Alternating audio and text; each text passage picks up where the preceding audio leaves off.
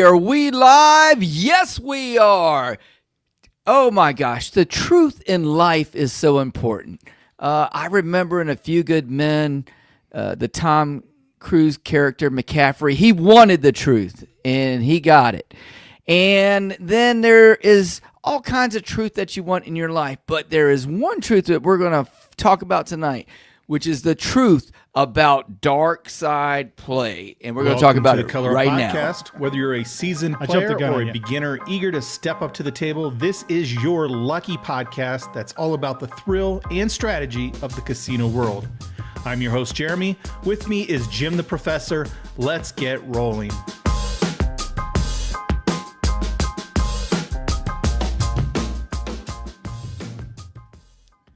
Well, howdy, Jim. How are you today? I am doing great. How about you? Very good. Looking forward to today's show, hearing your thoughts about the truth about dark side, and then what our viewers think, because we'll open up the phone lines and text line in our Monster Roll session. Maybe earlier, maybe we'll just see how that goes. But I'm looking forward to about the dark tonight's side thing. If you notice, I got a little craps shirt. Yeah, I love that. And it's the layout. Very dark side, with the flames and everything. Mm-hmm. So this is like the tatted up Jim that never was, the dark side player. I was just playing with this. This is actually the new Green Member gift. You probably can't see it, but it's the Color Up logo here and on the handle. Okay. And it's magnet. Oh, good. So it'll stick to things, and then if you want to work on a car or absolutely. And then it's got this other little extension. Man, goodness. Yeah, I thought it was useful for me, and I know it'll be useful. Oh, it'll be definitely useful for me as much as I do. To red or yeah. I guess you can stick it to your car, back of your car if you're absolutely. And I'll use it in the mornings, and the flashing is cool. I can use that for my buses. So maybe I'll use that. You could use it as a camera light, beauty purposes. Oh, look at you! No, so it'll come out this week to all the Green Club members. Well, actually, so technically, I guess if you were to join today or tomorrow, the Green Club member, this would actually come out to you. But wow, okay, we'll see. Lickety split. Join. I only have so many extras beyond the current amount of Green members, so. If I get a rush of 20 Green members join tomorrow, I'm not going to have enough, but it's okay. Yeah, we'll figure it out. You'll be very happy if you have 20 Green Club members join. So anything happened this week? Yeah. Well, actually, one thing I wanted to share with. Hold on. Wait a second. What is that shoe? Or what? Oh yeah. This is a new prop behind you. Oh yeah. Let me see here. It's a little bling bling. I call these my casino shoes. Yeah, I mean here now we could be like a disco show tonight. We'll just whoop whoop. Yes, but that I just hung that. Look out. Okay, go ahead. Bloopers. No, that's fine. No, I just wanted to show our listeners OTSL. You can't probably see it too well, but you can't see the champion word at the bottom. It does say champion at the bottom. It's in blue, so. My over 50 men's soccer team took the winter championship. So now they let you play even though you're obviously under the age of 50, Jim. Oh, thank you, Jeremy. Thank you very much, sir. Now I'll be 58 in June, so I'm 57 right now. So. You're about to join a new team, the 65 plus team. Oh no, I hope not. No. But there is an over 60 league, so we don't get retired. We just graduate to the next league. If need be. But my league's still in the full field, and I've been told if you can still run and contribute, they will let you play past 60. So that's going to be my goal right now, is to try to get to that guy. Yeah, that's amazing. Just keep still running around it. But it's fun. It's fun. We played on my new team today, and we tied our second game. So we're 0-2, I guess. Is that right? 0-2? 0-2. I can't even remember where the tie goes. Probably in the middle. It goes last, I'm pretty sure. Yeah. Okay. 0-2. Yeah. So that's what the record is. But yeah, any gambling this week? You don't gamble in your soccer games, right? You would be kicked Oh off no, the no. league, right? I'm sure there's league rules against that. I don't want the commissioners and people to get involved with that. But no, no gambling on that. It would be a foolish thing. So That's probably a good thing. Yeah. How about you? No gambling this week. No gambling, and No. So would you work on videos? Yeah, I did some stuff. I did. This week was a little slow for work wise because my wife was home. So my wife travels for work, and so she'll do like 4 days gone, 3 days home, or 5 days gone, 2 days home. It's always adjusting. So usually when she's home, I try not to work. Okay. And so we did a lot of kind of just hanging out and together time. Yeah, not much of anything. So it was a good week. Okay. In that aspect, but then usually when she's gone, I'm like, all right, I got to do all this stuff. Yeah. So so it's good. And, nothing gambling wise. More emails to casinos. I'm still trying to line stuff up for our June thing for our DiceCon. For the club members. Yep. But, other than that, I think, info should come out about that this week. Final couple details and, start getting our tickets. Yeah, exactly. So I think beyond that, I guess we hop to today's Let's episode. do it. What do we got for today? So we're talking about the truth about dark side play. And first off, let's just talk a little bit about what is dark side play. We have to talk about the truth because there's a lot of. Yeah, I mean, you got to separate the fact from. Is there a dark side? I mean, is there such a thing as dark side? It's an interesting way to describe it. Mm-hmm.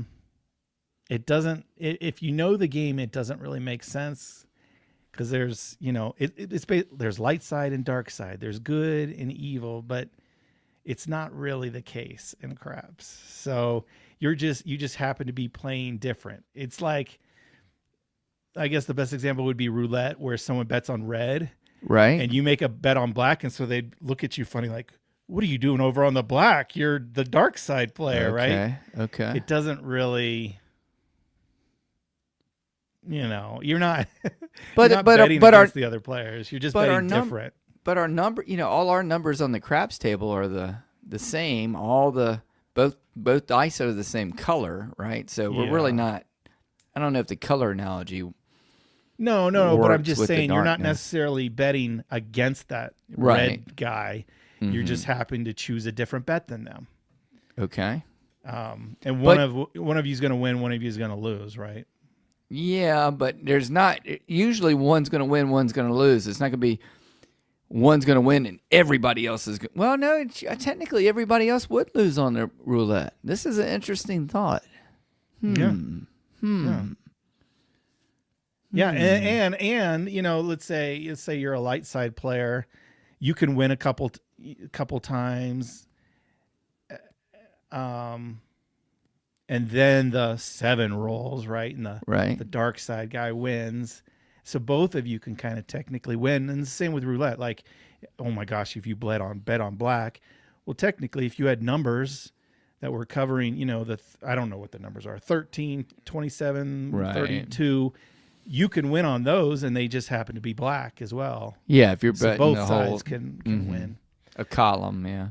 But in craps, it is kind of tradition or whatever. So to answer your real question, right, the dark side is the players who bet to win with the 7.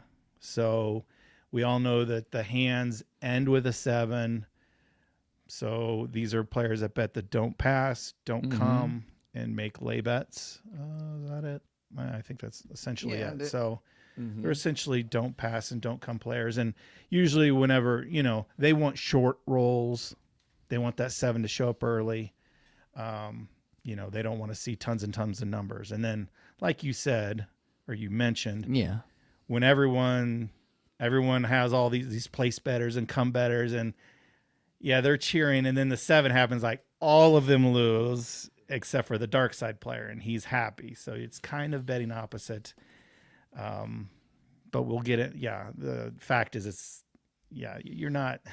I don't know why it's called dark side. Hey, I don't know either. It is the minority of players for sure. I mean, if you go to any casino, I don't, there's no statistics or study or anything, but it's got to be 90, 95 plus are light side players, which are people who bet in a way that they want to avoid the 7 as long as possible. Right. And then, a couple dark siders, a couple dark siders. That's just it. So if there's 7 or 8 on a side, so 14, 16 players, you're thinking there's only 1 or 2, 1 per side, pretty much. Sometimes there'll be buddies, right, and they'll bet the same. Like, so there might be 2 or 3, but there might, a lot of times a full table there might be just one guy. Yeah, like a Sith Lord and his apprentice. But he's just betting different from you. He's picked a different team. He's not. Both of you are playing against the casino. Right. You're not playing against each other. You could both win, you could both lose, but you're both playing against the casino. So that's why it's not like dark side, light side, good and evil. I mean, you're both trying to beat the casino. So absolutely. Absolutely. Yeah. How about why do you think some of the people, these Sith Lords of the darkness, why do you think they love it so much? Because they are definitely fans, and they definitely play that way. And they usually come in with a lot of bankroll, and they roll in. Why do you think they like it? What's appealing to it? Well, every roll ends in a 7. So eventually they win in the end, right? Well, hold on. You say every roll ends in a 7. What do you? Every shooter ends in a 7. Every shooter, right? Eventually, every hand ends with a 7. I mean, because if you never rolled a 7, Jim would be rolling all day, every day, right? Right. But as soon as you roll that 7, if the point's established, then it turns over, it's over, and the dark side would win in that case. Mm-hmm. But there is some people who roll points. Yeah, right. And that's why they get hurt. So anyway, back to that question. Yeah. Why they like it. The average roll's 8.5. Okay. Tons of rolls are shorter than that. So, most light siders, they make their money on long rolls, multiple numbers, and that just doesn't happen that often. So more often than not, you're going to see a short roll, and that favors the dark sider. They're betting on the most popular number, right? The chances are always, every roll, it's a 1 in 6 chance that the number rolls and they win their bet. Mm-hmm. So they win more often. That's probably the biggest one. Now, right? let me ask you: do they win more often? You think so? I'm not talking about overall like their bankroll and they walk away with a profit more often. Okay. I'm saying that the game is built in a way that it wins more often. The issue is the negative side of it pays less. Okay. Than the light side bets because you're always betting on the favorite. So if you can compare it to sports, you're betting on the favorite. You're not going to win as much as light siders are underdog bettors. They're always betting on the underdogs, and so they get paid more because they have a greater risk. So you're going to roll the 7 and win more often, but you're going to win less and not get paid as much as the light side or underdog shooters. Makes sense. Makes sense. Now, so that's one half it. I can see why they love it. Explain why a lot of players on the light side absolutely despise this type of play, and why is there so much scorn and people throwing, instead of trying to roll the dice, they are throwing the dice at the other people's chips and all. What is the rage about? Well, because when they lose, the dark side guy wins.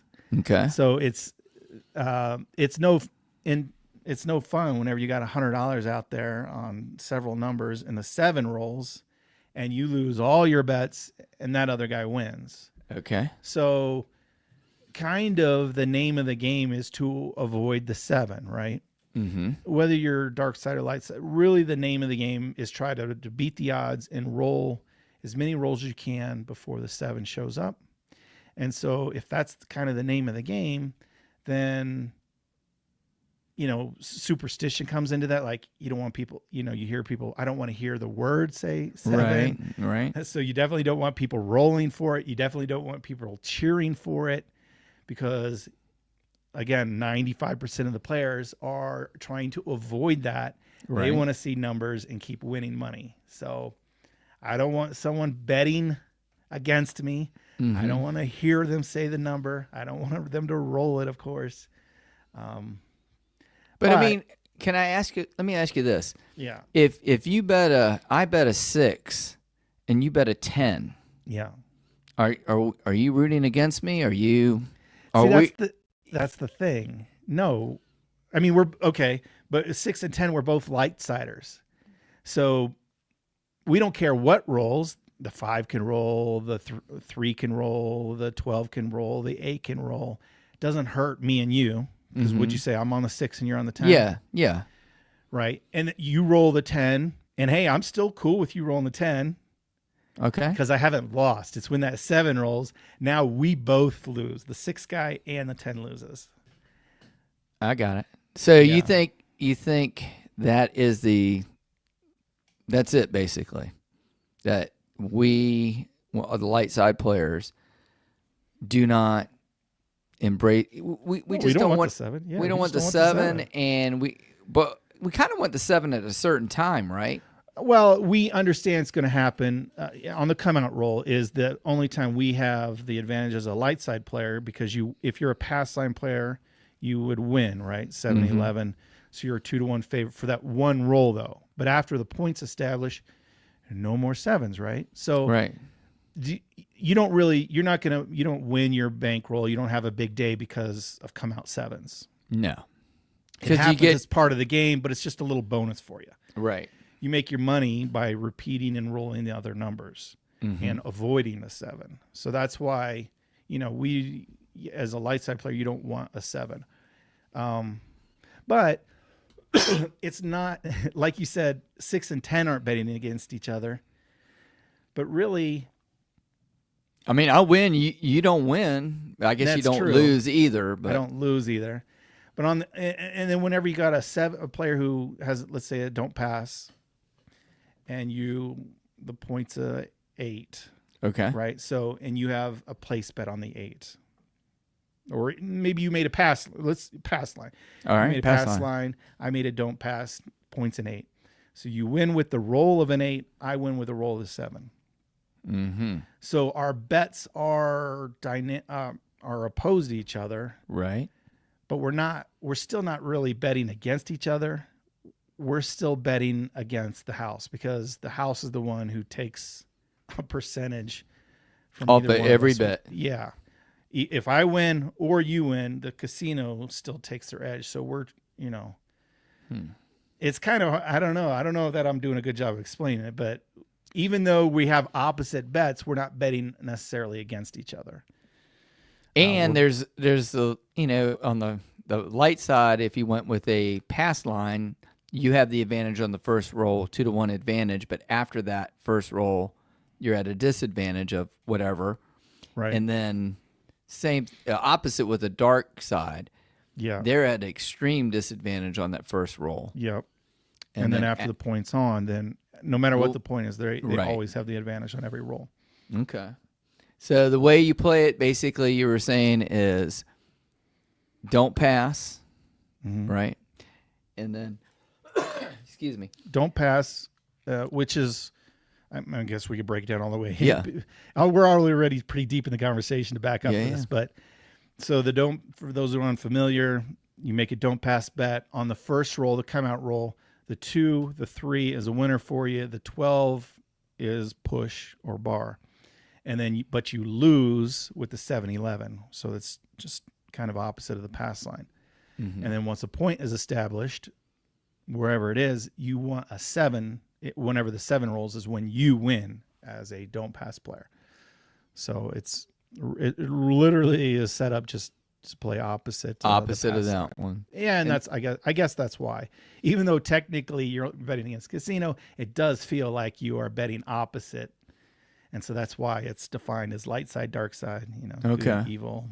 Hey, that guy's betting against me. Not really. Not really. Okay. But I understand where people get there. How about talk about the lay bets a little bit, and how do they work? And because the don't pass is going to pay even money on the base. Yeah. And let's talk about just a straight up lay for now. Well, let me say with the pass and don't pass, you can also add odds. All right. And they're called lay odds.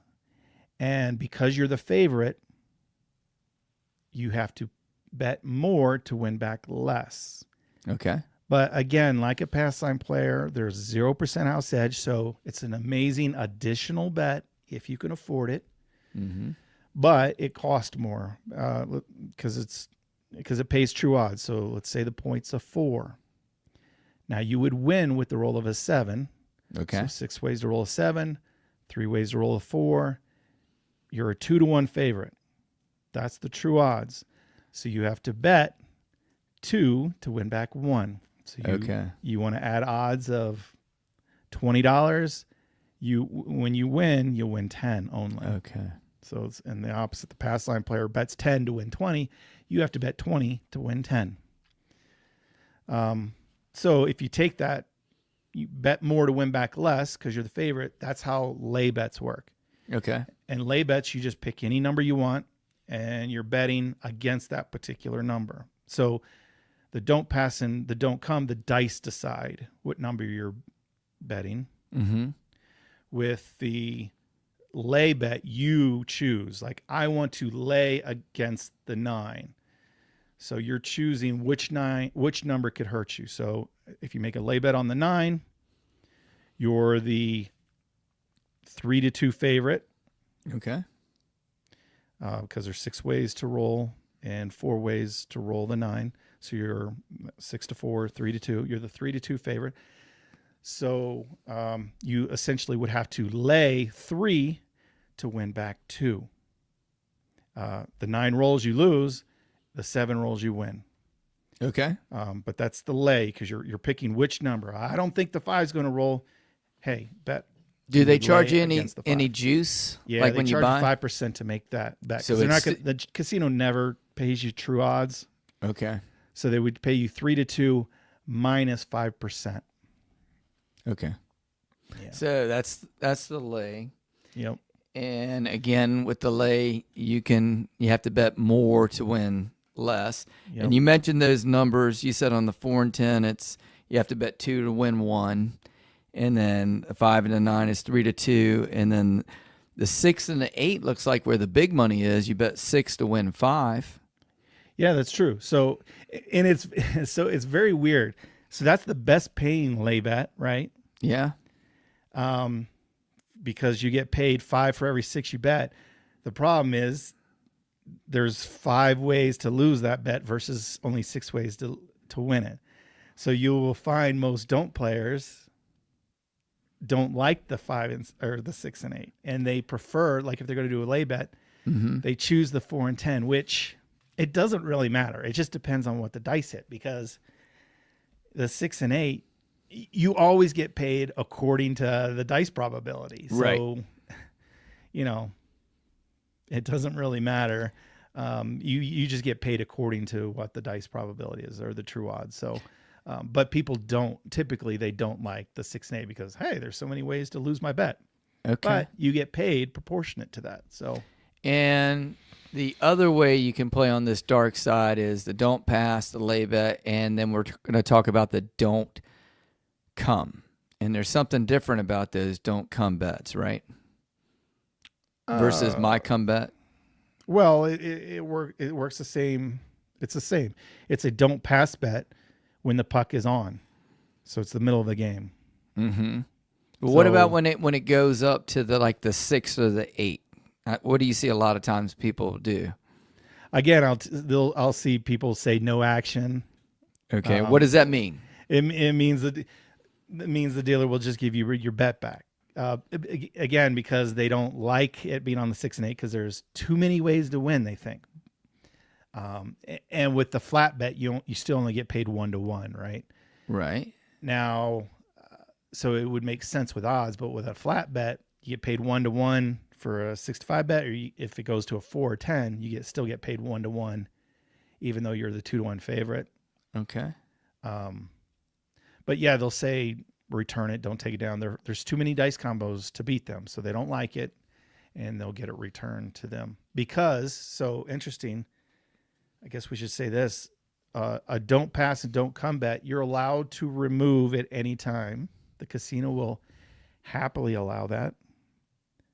Do you know? And I mean, you said why? happily allow that? Yeah. And the reason being? Because once it's there, now you're the favorite to win. So if you're the favorite and you remove it, the casino's like, phew, we got through that one. I mean, that's great. Because the first roll, remember, you're the underdog. Right.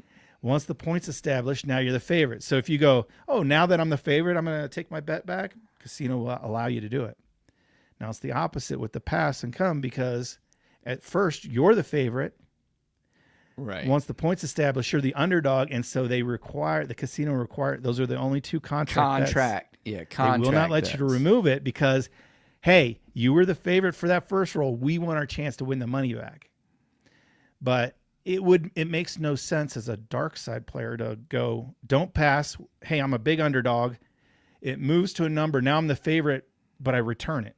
So you only play when you're the underdog? How about this, though? I see them sometimes they'll take it back, and then the very next roll, they put it out there. So they go from being they the try favorite. To go to the don't come again. They try to do it again. Yeah, they just stay as the don't come until they get their lucky number. Mathematically, it's a bad move. I have a video on it. Never, ever, ever remove your don't. Okay. There are worst case scenario if it travels to the number. I would say that you don't like the 6 or 8. Just make a place bet that will wash it out. Worst case scenario, you win a little bit on the place bet.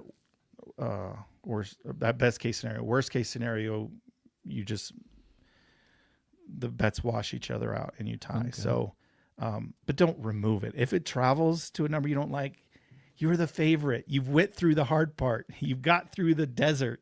Go for it. Go for it. You got past that dangerous. Don't be scared. Yeah, you got past that dangerous 7-11. Now you're in the position to win. Don't remove that bet. Mm-hmm. So, that's the 3 ways. Those are I can't really think of another way. That's it. To bet. I've mentioned it before, but it's probably not worth mentioning, is there are some tables that let you to do a place bet to lose. You only see these on digital tables or in Europe. There's no American tables that have this, but it's similar to like a lay bet. Is it kind of like a put bet, but it's more like a place bet. It's opposite like of a place bet because the how they pay you, the odds are already taken out instead of you paying. Okay, so it's not a put. Okay. Yeah, the house edges or the percentage is already built into it, but it's betting against a number. But yeah, you don't see that in America, so you just make your lay bets or your don't pass or don't come. So I want to transition into the next little section there, and we have a title of the psychological side of playing the dark side. Okay. Because there's some things you got to think about when you go up there. First off, you're going up, and it's kind of like going to a away event, and you're the only guy from the away side rooting for a sports team, and you're in the wrong section, quote unquote. Yeah. And talk about the psychology a little bit about that, about being are you really the villain? And have you seen people treat people as villains for that type of thing? Well, yeah, unfortunately, for people that don't know the game, like we said, you're usually the underdog. So you're the minority. You come to the table. Everyone else, you're betting opposite of everyone. So yeah, you showed up with your Bills gear in the New England Patriots game. You're the minority. So, there are some people that be like, the Bills stink, and that's it, right? But then there will be other people who will throw a beer on you. Oh, wow. They'll heckle you, boo you, whatever, right? Especially when drinks are involved. At the table, I've seen some people get a little upset they'll do some yelling. I've never seen anyone punch or fist fight or anything physical. But verbally. But I definitely see some verbal. Now, some people don't care. If you're a smart player, you don't care. Again, he's not betting. He's just betting opposite. He's not betting against you. He's just betting differently. So a smart player don't care. Superstitious players, they usually have a problem with it. And they do care. Yeah, but you see it sometimes. It's, they'll keep to themselves and they'll play their dark side, and it's okay. With a knowledgeable table, it's not an issue. When you go play with the color up people at DiceCon or something, it's not going to be an issue. We all kind of know. You go to a table with regulars who are superstitious, you may hear some people yelling at you. What are you doing? You're betting against me. You're going to cause the table to lose, blah, blah, blah. I've seen a lot of people just, like, if somebody comes and starts playing the don't, they'll just color up and just leave. Yeah, sure. And I've seen like a whole table just. You don't want the bad mojo guy, right? Oh, yeah. And I mean, you want to be that guy? Then I've seen everybody just either color up and he or she is standing alone, or I'll just say, hey, all my bets are off, and just wait them out until because a lot of times you can tell if they're a real serious dark side player by the amount of bankroll that they come up with. If it's a $15 table or something and they've got $200 and they're betting on the don't, I don't know how long they're going to be, and they just might bounce out. But yeah, there's definitely some strong emotions, and if you're going to play the dark side, you got to have some thick skin, right? What else? Typically, ignore. Ignore. I mean, you could cheer when you win. Most don't, because again, you're pushing the. I'm not saying you don't have the right to. When you win, you could cheer, but you get the guy who's already mad and he thinks the superstition because you won, and he lost a lot of money. You could get into a little. You don't want to get the drunk guy at the end of the table to come punch you because you're like, yes, 7, right? Yeah. So a little common sense and etiquette would be like, if you're the minority better at the table, then you know what? Take your wins happily. Some people would say smartly, and keep to yourself and move along, right? There's no sense to be like, yes, 7, you're losers and I'm the winner here, blah, blah, blah. So, I remember on one of my second trips to Vegas, there was a dark sider there, and he was rather vocal. And he said, I don't care. You guys win as much money as you want. I hope it's a long roll. I just want the last one to be a 7 before the point hits, And right. yeah, and he was pretty obnoxious and all. And there was a lot of people who were just like, every time one of his point was hit, or if he had don't pass numbers going up, they were just obnoxious as they could be. And then the whole other thing is we haven't even talked about was shooting. Should a dark side player shoot? Do you think most of them shoot? I've seen a few of them. You don't see that many of them. But when I do see quite a few of them pass the dice. Okay. So they don't shoot. Now, I've played from the dark side. I have no problem shooting because I don't think it matters. Right. Either the dice I'm either gonna win or lose. So, and I've seen plenty of players that do it, but you typically don't see light side players pass the dice. They want to shoot the dice. But I have seen more than my fair share of don't siders who choose not to shoot the dice because essentially I must admit when I do see them shoot, that when they're not sniping themselves out or whatever, I do have to like, it is a weird situation. It is a weird, you're the one. Yeah, because it's the only game in the casino where you control the outcome, right? Mm-hmm. I'm not talking about dice control. I'm just saying you get to throw the dice, so you do control the outcome. It's not it's from your hand, or reel or whatever. So you control it, and then the fact that you controlled it and beat yourself, it sucks. Like that's the weird thing about it. Oh my god, my worst experience ever on a cruise ship. I was playing and I lost my bankroll, just about all my bankroll for this session, and it was the last night of the trip, and I said, you know what, I'm just going to go ahead and go dark side. And I just, instead of playing don't pass, or instead of playing pass line and come bets, I did don't pass and don't come. And sure enough, I got every number up there, and then I just kept rolling and sniping every one of them down. And then I rolled the point, and that was my last one. And I was like, I'll never do this again, because it was a crushing feeling to throw away. Even and back then it was like $5 on the cruise ship or whatever. Okay. And I was just like, you got to be kidding me. And then even the dealers were like, I don't know. It reminded me of that scene in Breakfast Club when Molly Ringwald said, "Stop doing that," or whatever, in the library or something. It was just terrible feeling. So there was a poor guy. I told the story. It wasn't the last, I think like 2 cruises ago, and this poor dark sider, and I got on a pretty good roll, and I can't remember now. It was like 500 or 1,000. It was a significant bankroll, and he just wouldn't give up. And I just kept rolling. He lost so many come out rolls because I was just rolling come out sevens like crazy. But then every time he get established, I'd keep hitting points as well. And He just would not give up. And I mean, it wasn't 10 minutes and all of his money was gone. And but he took it like a champ. He come over and shook my hand. He goes, "Well, that's how it goes sometime." But yeah, he was a good sport about it. But yeah, you never know. I do want to. I don't know if this is in your outline or whatever, but I should break up and tell you the difference mathematically between the two. Yeah, we didn't. I had math coming up, but okay. But yeah, that was the basic math. But go ahead and let's do it. So, what's the difference between just do pass line and don't pass? Or don't pass, yeah. Yeah. Not much. It's like a nickel, right? Not even. So, a pass line is the house edge on it is 1.41%. That's right. Essentially, that means over time they're expected to keep 1.4%. That's essentially, let's do it $100. So over time you should lose $1.41. In theory. In theory, right? Yeah. On the don't side, everyone said the don't's better, right?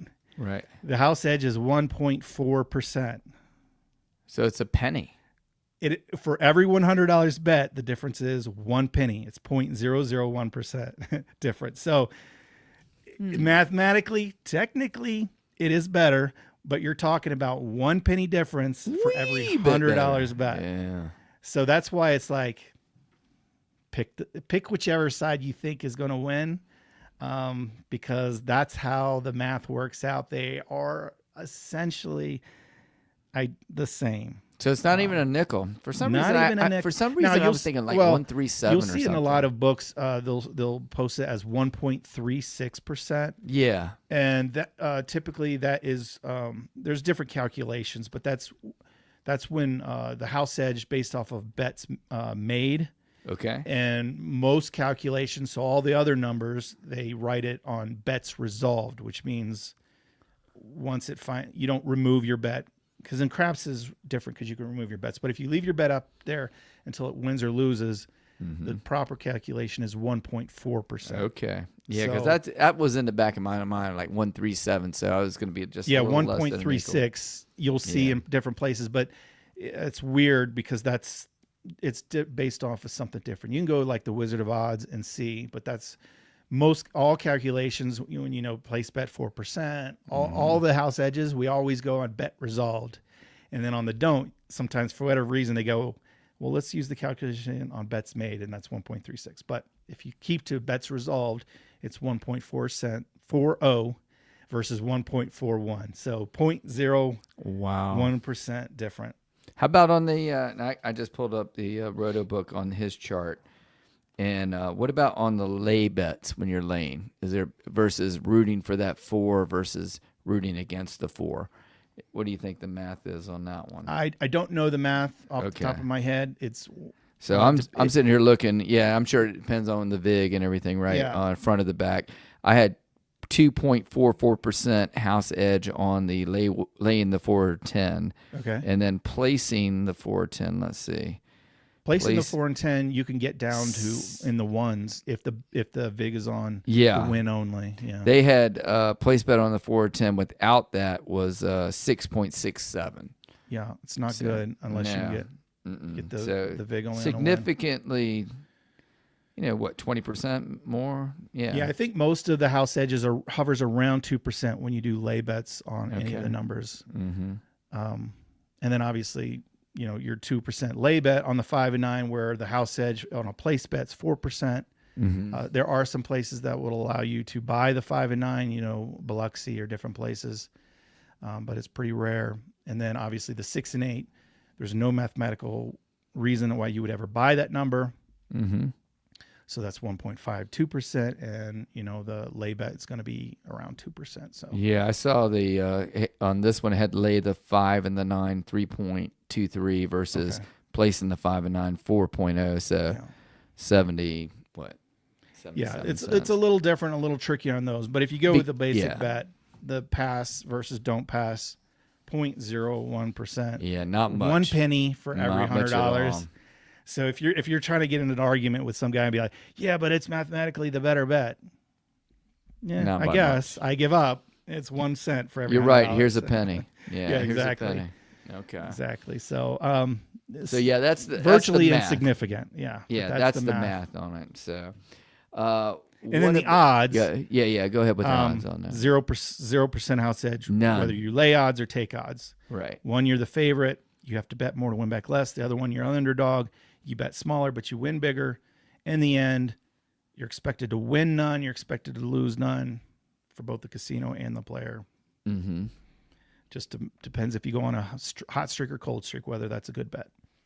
And then I think another reason why some of these players love it is they just like going against the grain. Yeah, sure. There are people in life who have contrarian personalities, and they look for social, whether platforms or whatever, just to there's say, a guy hey, I I'm saw in the different. comments that scrolled by a minute ago, and he's one of those people. He's always like nitpicking, and all my videos. He's just contrarian person. Like he just likes to, you find faults or pick or there are people that do that. They're like, well, if everyone's going to bet that way, I'm going to bet this way, right? It's like, if everyone's betting on Duke, I'm going to bet, I don't know what, Alabama or whatever. I don't even know the teams. But yeah, it's the person who goes in there and bets the, and when they win, right, they look so smart, right? Because it's it's Mike Tyson versus who back in the day, yeah, right. So everyone's rooting for Mike Tyson, and then you're like, you know what, I'm gonna bet on Buster Douglas, and it happens, but it's definitely a personality type that tends to gravitate toward that one a little bit. Are there any particular strategies that you notice more dark side players playing, as far as like overall strategies, or do they just are they boring basic like me, just come betters or typically, don't come? Yeah, I mean, usually I see lay betters a lot of times as like hybrid players. They'll play some numbers and they'll lay some numbers. Okay. When I see a full dark side player, they stick to the math, right? So they usually just don't pass, maybe a couple don't comes, and that's it. So, and they typically don't want a lot of bets out there, so they'll keep them 1-2 bets. They're really grinding it out. And not as many of them like to do odds, and I think it's because they don't understand it, because they talk about, well, I'm diluting, I'm the favorite, but I still get paid 1-to-1 with my flat bet. Right. When I add odds, I'm paying more to win back less, but there's zero house edge on that. You get paid according to the true odds. So right. But a lot of dark siders will not add lay odds.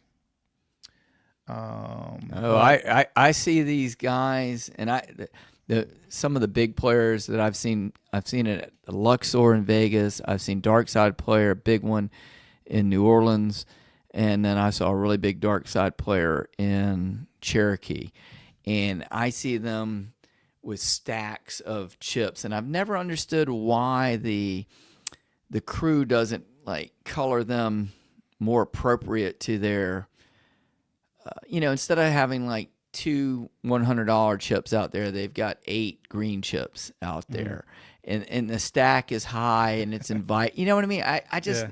It just invites for trouble, and it creates more work for the dealers, I think, too, because some people, I'm telling you, I've seen people just aim right for it, and then other people, they'll kind of see where people are throwing the dice, and for the people who believe in dice control, and then they'll say, hey, can you move your bet? Oh, no, that's where my bet is, Again, the contrarian spirit. The contrarian spirit, yeah. Yeah, so you will see chunkers. So usually a lot of them won't do odds. A lot of them will do bigger bets on the line. Mm-hmm. And, I see the Darksiders martingale more than most players. Okay. Martingales, you just keep doubling your bet until you win. And that's because they're just like, the 7s, 1 and 6. It's got to happen. It's got to happen. So when they lose their bet, they get knocked off. I'm going bigger. I'm doubling my bet. I'm going again. It's got to happen. The 7's it always shows, right? The 7's the most common number, right? Come on. And so I see those guys martingale more than most players. Okay. But yeah, typically because there's not a lot of different ways to play. They keep it pretty simple. Pass or come, and maybe odds, maybe not. But some martingaling. But so not a lot bets. And really, when you're a hybrid player, you're not really light side all the way, and you're not really dark side. It's a mix. Yeah. Usually, there's one way you're leaning into the other. You're trying to mitigate some losses, but you're either leaning darks or you're leaning because you want one way to win your money. There's no sense of just playing both ways and just losing your money. Because you're going to lose no matter what. Yeah, right. So yeah, usually hybrid guys they're hoping for something one way or the other. Okay. So now, moving on to our next little topic, and again, is it the right way for you to play? What are some of the things that you need to consider if you're going to, if you've been a good guy and you've been betting with the pass lines? Hey, I might want to try it. What are some things that come to your mind whether you should embrace the dark side? What do you think you need to look at? Practical stuff. You know where I'm going with this without looking at the outline? Maybe bankroll. All right, so bankroll is one. Okay, I was going to do that last, but let's do it now. So sorry. Talk about it's sorry because I'm not looking at the notes. No, it's good. It's good. I'm just flying off the hip here. Yeah, and doing a great job. Okay. Engaging. Okay, we're trying. Engaging. No, you are. Yeah. Okay, we're trying here. Bankroll. Typically, a Darksider is, it depends because if they're just going to make a pass line or a don't pass bet and wait for resolution, they don't need as much. Mm-hmm. But usually, like I said, all the other bets, you got to bet more to win back less. So, you're betting $100 to win 50 on a lay 4. If you're an odds player, you're betting 100 to win 50 or 90 to, win 60 or, 60 to win 50, whatever. So you're betting more. So you usually have to have a bigger bankroll if you're a dark side player. Okay. So bankroll is a huge thing. So really, you think more people might be dark side. There might be some dark side in them, but they don't have enough bankroll to do it. So I'll just get with Team Good. I mean, maybe because it's like, I could bet 10 to win 20, or I can bet smaller and win more. Okay. So if I got a smaller bankroll, you can go that way. Does tend to last longer, Yeah, because a good comparison is what I do at the end of my videos. I have a 3-point dolly and a 3-point molly, and they're all almost always inverse of each other. When one wins, the other loses. Right. But the don't cost more money. He has it just does because he's betting. When he adds his 3 points and then adds odds, maximum odds, it adds betting up more. And he has less chances to mess up, where the light side person would have more chances because they don't need as much money, because when they win double. Yeah, they or win whatever. more, right? They win more. Right. So they have to win less frequently because they win bigger. Mm-hmm. And then the dark side, again, I mentioned earlier, they win more often, but they win less. But again, 1 cent difference. I mean, yeah, we're talking long-term math says they're nearly identical. So just pick the side you like. Mm-hmm. One's not necessarily favored the other. If we could see the future, I would tell you. I wish I could. I wish I could tell you, Jim. Okay. But over any given session, I can't tell you what's going to happen in the next hour. So hopefully you guess right. Okay. And some people are just stubborn or not. I wouldn't say stubborn, but it's like, hey, I'm playing light side, and if it don't work over the next hour, it is what it is, right? And the same with the dark side guy. He's like, you know what? I'm playing dark side. It is what it is. If the dice don't go in my favor, that's fine. It's like the stock market. Past performance has nothing to do with future results, right? Yeah. Yeah. So that was actually my next thing a little bit was the personality fit. You know, I've got my bad, and I saw John from Pro Craps jumped in here, but I got my bad, flaming little thing, like he's got his little icon. The skull. The skull and the hand coming up, grabbing the die. But, to me, with my personality, I mean, I can't even fake it when I'm playing. I mean, my heart's not in it. If I do it at DiceCon or something, it might be for everybody else doing it, but I try to be so positive in life, and I wish good things for you, good things for you. And again, you're treating it like it's a negative thing. It's just different. It's different, but I mean, it seems like it is. It's because there is a stigma. Yeah, there's 95% of the players don't play that way. The stigma's there, the anger's, and so we call it dark, and we call it the bad side, and we call it but it's these are just feelings. If you can get over the feelings, you're just betting different, and that's all there is to it. Just picking a different side of the same team or same game, but just a different side. Okay. Yeah, it's like, you want the Cowboys or the Browns? Well, who's going to win? That's who I would bet on. If you don't, I mean, there's some other factual, this team's always better, but right. That's like the casino team was always better. Yeah.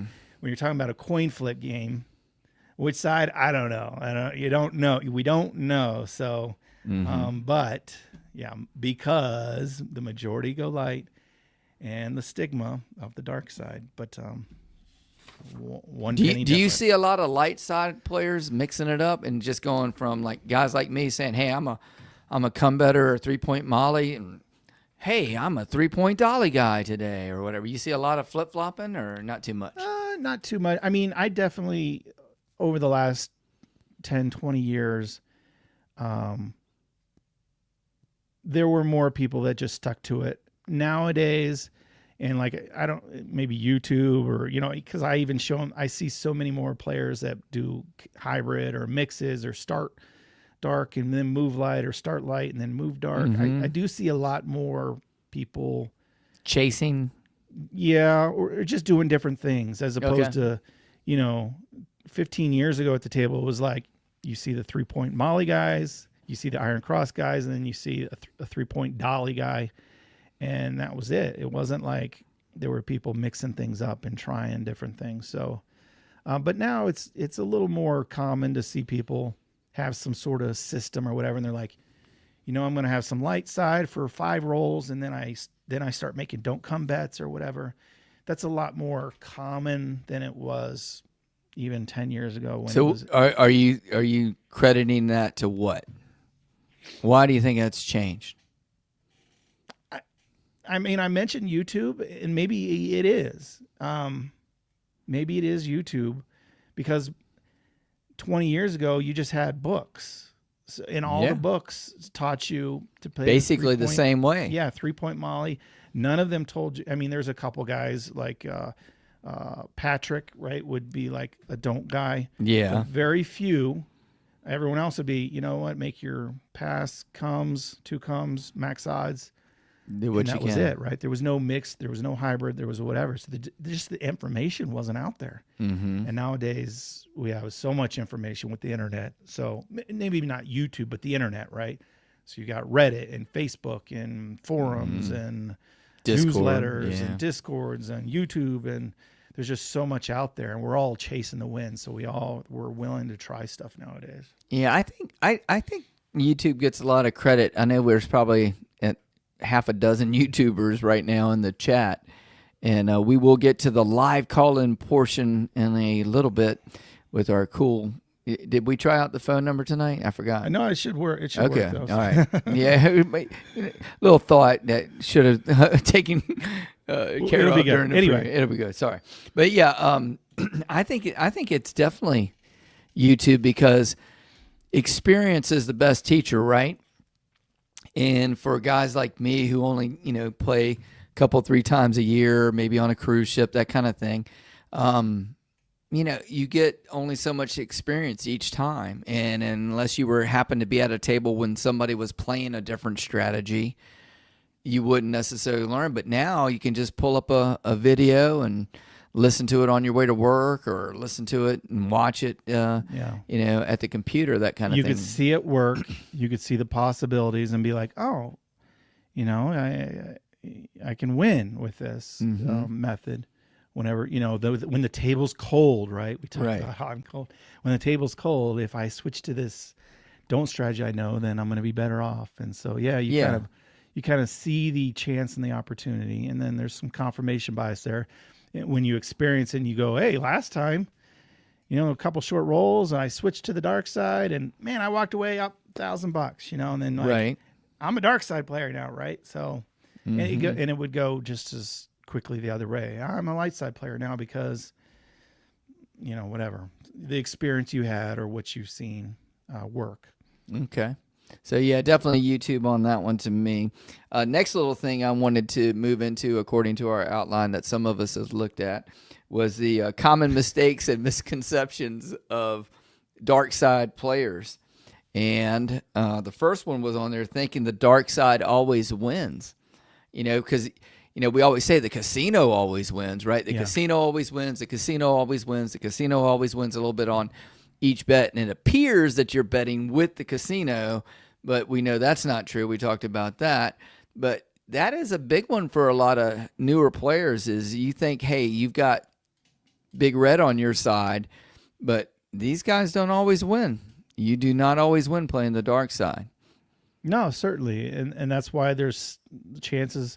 That's why it's almost a 50-50 game. We talk about 1 cent and every $100. That's the difference. Mm-hmm. So if the dice are rolling points, come out 7-11s, you are going to lose. Yeah. And you can just as easily lose on the don't as you can on the pass. It's so close to 50-50. Mm-hmm. So yeah, that's the reason why a lot of people think because it wins more often. The problem is you don't get paid as much as, the other guys who win less often, they catch up quicker because their wins are bigger, right?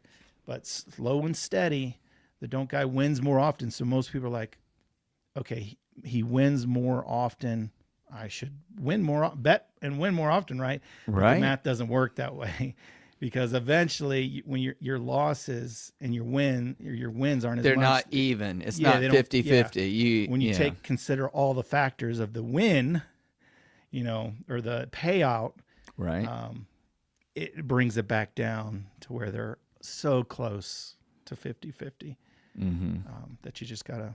And that 50-50 is between the light side and the dark side, not 50-50 with the casino versus whatever kind of way you're playing, because that's not a 50-50 game. No, they take theirs no matter what. No matter what. So that was a big common mistake or misconception. And then the other one was overextending your bankroll, putting too much money out there, or maybe, like you said, some of these guys who are martingalers who say, hey, there's no way it's going to happen again.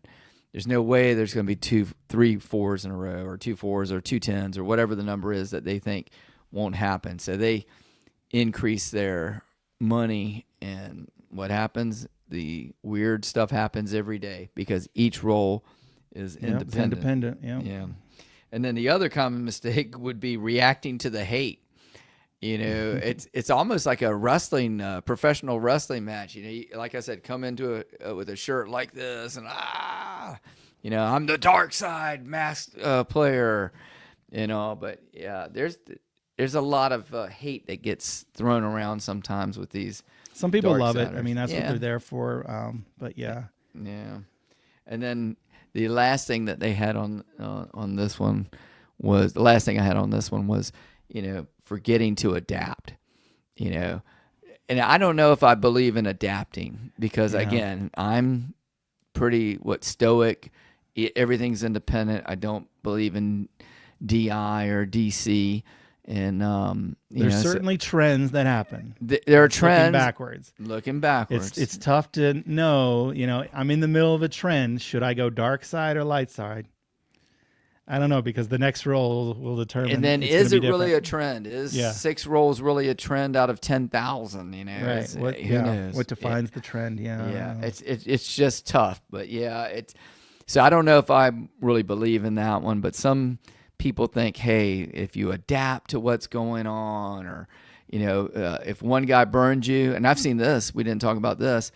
If a guy burns a dark side player on the point, he won't let him have another shot out of him. He'll wait until the next shooter, right, or she on that one.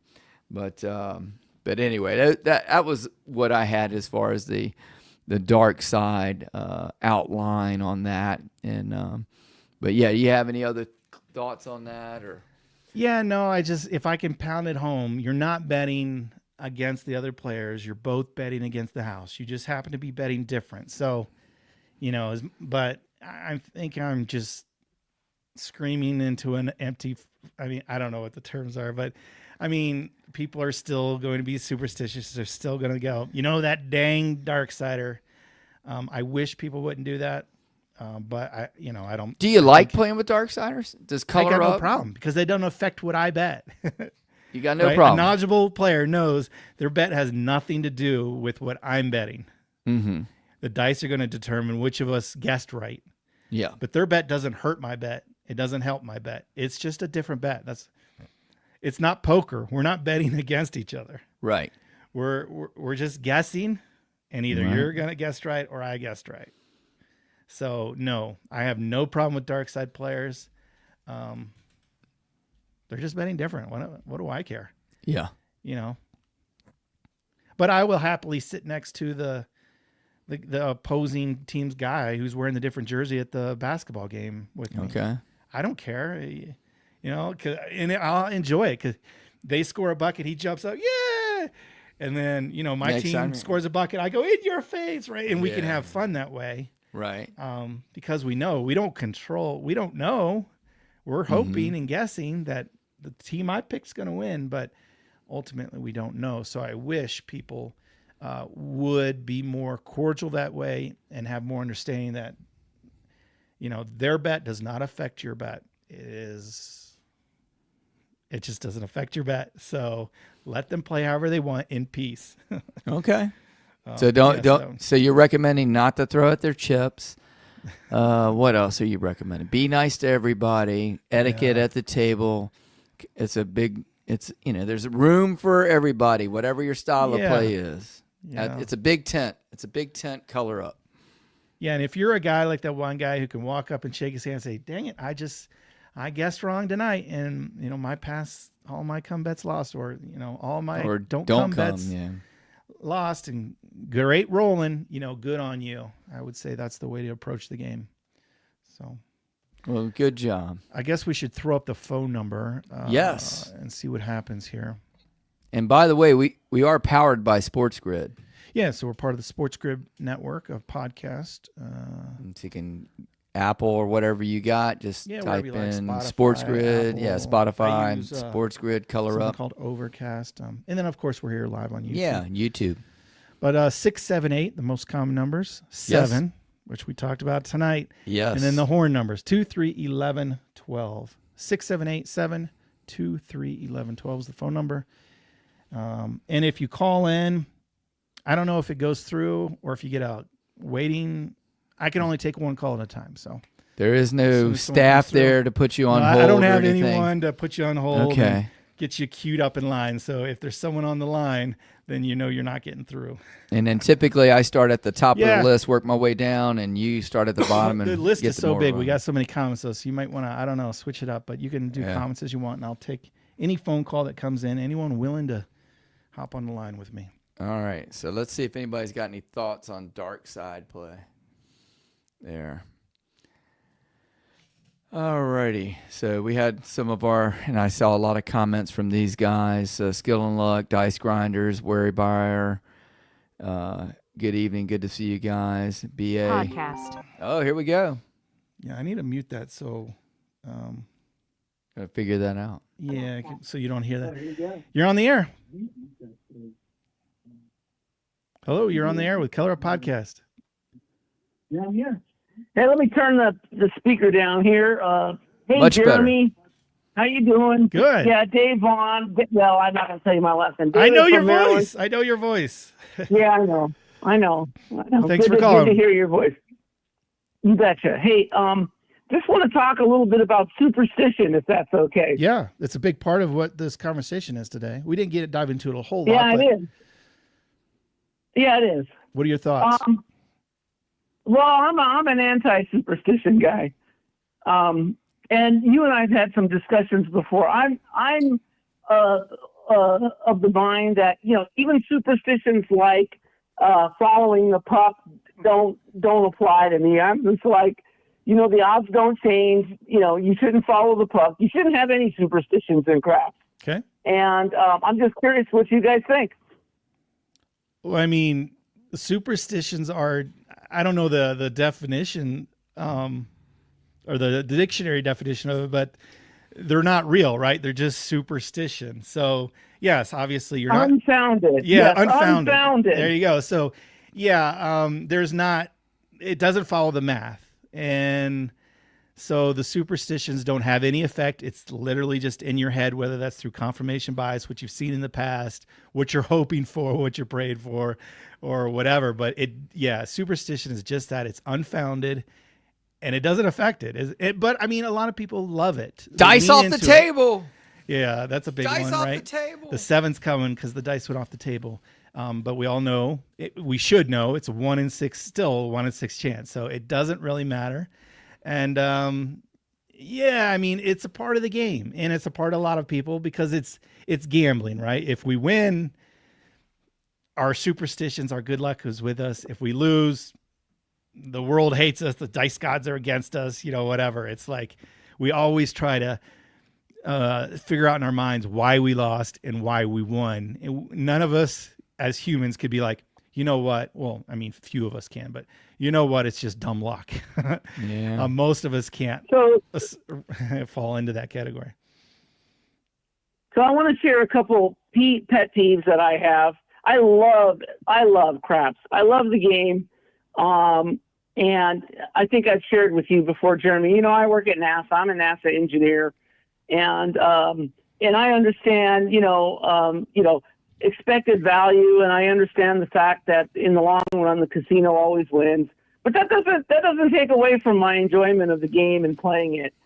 Couple pet peeves I want to share. Number one is there's some really good videos on YouTube. I watch them all the time, but spending hours of my time watching people set the dice, if they want to set the dice, that's fine, but maybe, I wonder if there would just be some button I could press that would could you please fast forward to through the 20 seconds it takes for this guy to set the dice?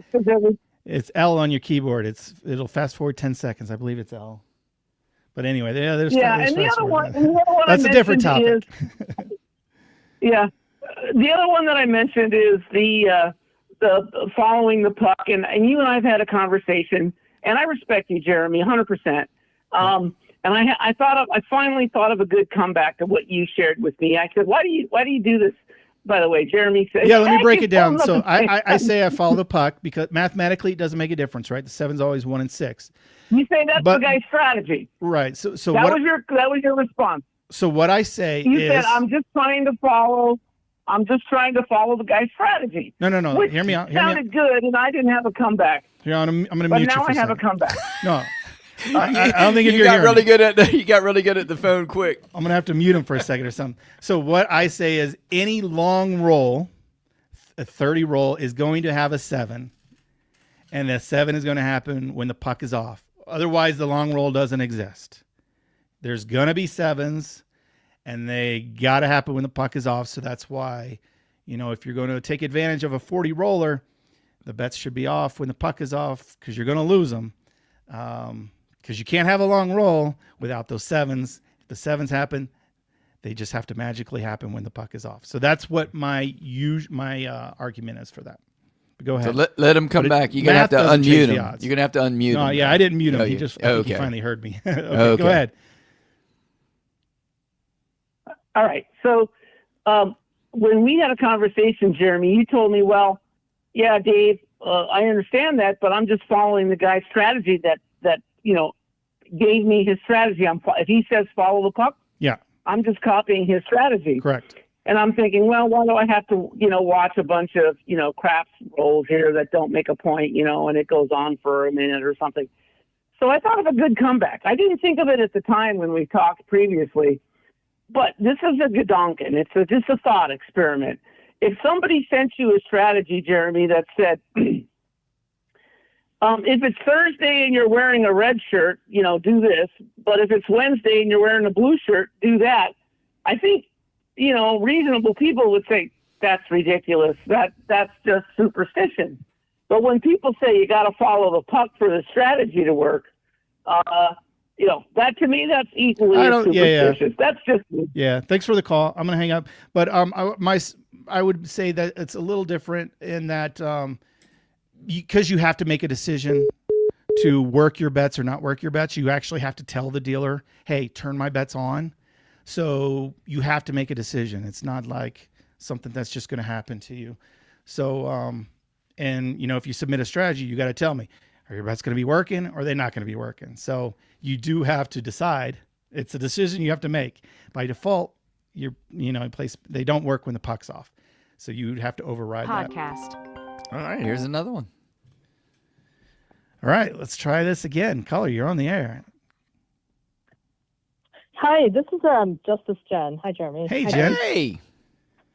Than's for calling. Hey, you What's guys. on your mind tonight? I'm just listening to this, a super engaging discussion. And, anytime you have controversy, it's going to make a much more interesting type of show. Yeah. And I have a response to the previous caller, who's an engineer. Uh-huh. I went to UC Berkeley for engineering. I'm not an attorney, so I understand the math. You cannot be beholden to the math. You have to play what's in front of you, really, most of the time. And I understand that I follow the puck. And people say it makes no difference. It's 1 in 6. But that's true. But the rules of the engagement say that you can perpetually lose to a come out 7. Right. And it actually doesn't hurt you to wait. It actually is more detrimental to be on and to lose. You have to surpass the odds to just break even if that happens. Yeah, mathematically, anytime your bets are not working, you're good because you're not facing a house edge. So, if you could skip rolls here and there, mathematically, technically, it's in your favor to skip rolls every now and then. You totally nailed it, Jeremy, and that's why when the dice is off the table, whether I believe it or not, it's actually beneficial to be off since you're going to have the rating continue. You still get to preserve your bankroll. For most people, I bring a very large bankroll, but most people are not going to bring enough bankroll to survive the variance, and that's really the reason it's better to follow the puck. So, do you always turn your bets off when the 7 or the dice go off the table? I don't, but I do. I do track it with a book, but I feel like when I don't turn it off because I have to tell my brain, be quiet, it's nonsense, it's nothing. Right. And then it's 7s, and I'm upset. Yeah, you're it's like, not dang worth it. being so upset. Okay. So you follow your gut or your. I should have known. Yeah, exactly. You follow your gut or whatever. But yeah, it doesn't hurt to have them off. That is definitely for sure. And mathematically, you're probably better off. So yeah, I think it's a fair bet. We're getting a little off topic, but I guess it does apply. The 7s coming when the dice are off the table, right? But yeah, I guess that's a good point to not work them. And you're still getting really rated. Superstition. I feel like sometimes that's right. And I guess it does get kind of foofy. But if you believe in group think to manifest something, like group healing in the church and people just thinking positively. affirmatively, you kind of manifest it. And maybe the reason that dice off the table comes 7 more often, one is adversely remembering a bad, issuance of an occurrence. Maybe. But really, maybe you manifest a 3 when you know that's all you need for the, ATS, and everyone is thinking, including the dealers, and it happens. And maybe there's something to it. Maybe there isn't. However, I just love this discussion. I thought I'd call in. Thank you, Jen. Appreciate the call. Hey, thanks. I got to tell you, so I don't believe in superstition. So you're not even a little stitious? I know the joke, right, from the movie. Yeah, I don't believe in dice control. Mm-hmm. I kind of do believe in podcast thought waves and the energy at the table, and that's typically why I will be. I'll play with the whole table as a light sider and cheer with them, because it feels like when there's positive energy, we win together. It's just more fun, right? Because when everyone's like grumpy and pissed off at the dealers, and it's just a bad mood, it feels like it's a downer, and you remember like, oh, dang, I'm losing because of this bad energy. I don't know that it affects a bit. I definitely do like a good energy at the table as opposed to a bad one. You're on the air with the Color Up Podcast. Who do we have with us?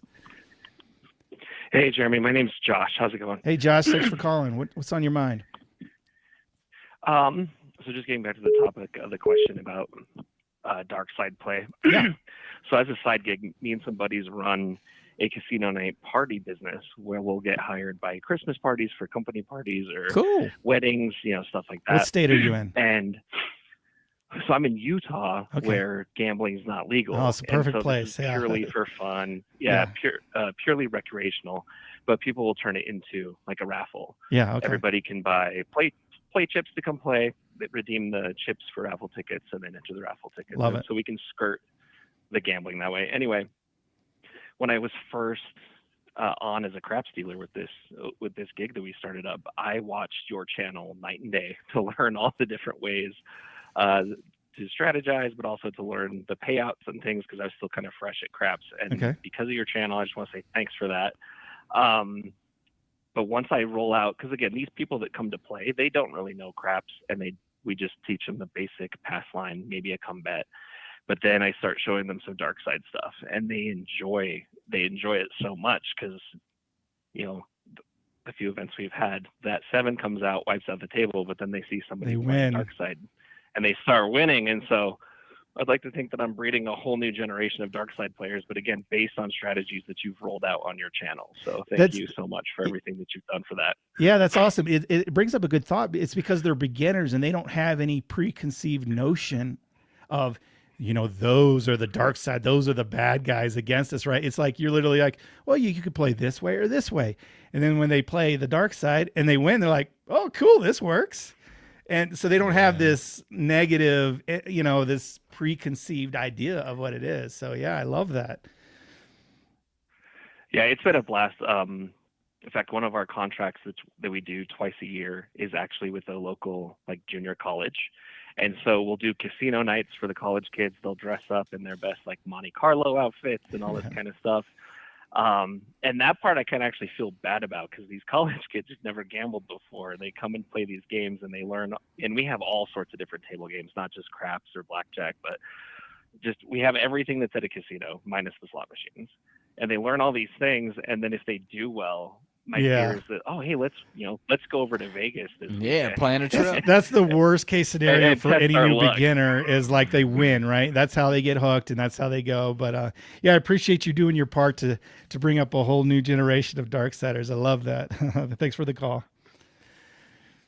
All right. What do you think about that, Jim? He's teaching I think it's fine. And if they start to play, they'll figure it out, and they'll either get to Color Up or they'll get to some of our other buddies in the YouTube world, and they'll figure out how they want to do it. Yeah.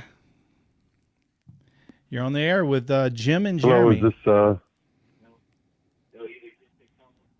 hello? Yeah, you're on the air. What's on your mind tonight? Oh, fantastic. I'm sorry. There must be a delay in the Yeah, if you're listening to YouTube, just turn that down. Yeah. Fair enough. I paused it. Stevie from Illinois, and weekly gambler, got a casino 10 minutes away, and love your show. Love craps. Also play a lot of blackjack. A little bit of roulette. But on the topic of the Darksiders, I don't mind them a bit. I find it all entertaining. I love it when somebody, yells and screams. We had a guy last night who was just going nuts, calling out numbers. And the guy next to me was kind of a grump. And those are the people I don't like. I don't mind if you're a Darkside player. Just don't be a grump about it. Amen. Yeah. Yeah, this is a game of entertainment. Like, if you're not having fun with it, then you're in the wrong place, because ain't no one making a living off Nobody's of a this. pro. Nobody's a pro. So, anything else you'd like to add to that? It's fun. Well, just the same thing on the blackjack table. Some people will complain when a guy's not playing according to basic strategy. Oh, he took the dealer's. Yeah, it doesn't change the odds. No, I got to be honest with you. That's why I don't play blackjack anymore. I just get tired of so many of them. You made the wrong decision and you caused me to lose. Maybe, yes, I did take. I did take your 10, but math says it doesn't make a difference. And if you can't get to that through your head, I don't know what to tell you. Yeah. But I just get tired of it. They're just unknowledgeable people, and they don't understand the math, and it does not matter. And so I get tired of it. So that's why I don't play blackjack anymore. But it's the same kind of thing. along the same rules. Yeah, kind of along the same rules. I like the game of roulette, but that table is often a table of grumps.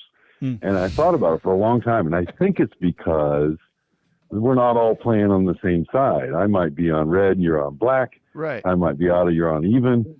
And so it's not that team goal. So yeah, I would say probably. I think you're right, because most Exactly. people are betting numbers, right? And there's only one number that's going to win, and so I'd say the minority are winning, and the majority are losing. Where at the crap table, it's different. Yep. The majority, that 6 rolls, you see 20 people go, yes, the 6, right? And only one guy's like, dang it, I had a don't come on the 6, right? And so it's a whole different, atmosphere of where the majority are winning. And then, blackjack, it's like maybe half and half win, half lose. But yeah, the craps table, and that's why it's the most exciting, I think. It's just because like so many can win all at once with the roll of dice. So thank you for the call. Man, we got some good callers tonight. Yeah. I thought it would be we would get some calls on that. I'm gonna hit up to this comment. This is our buddy Skill and Good Luck. job picking a controversial topic. Yeah. Thank you. He said best way to play was just do it with flat bets. We were talking about bankroll and how that can If get you're worried expensive. about bankroll, yes. If you could, like I said, I'm not an odds guy, but if you can afford it, it is a great additional bet. And it works the same if you're even on the dark side. So I know people don't like to do it, but mathematically, if you can afford it, it is a good bet. Mm-hmm. And then our buddy Dice Grinders again said, hey, we're all betting against the casino, not any actual players. Yeah, I wish people would understand that. Yeah. Let's see.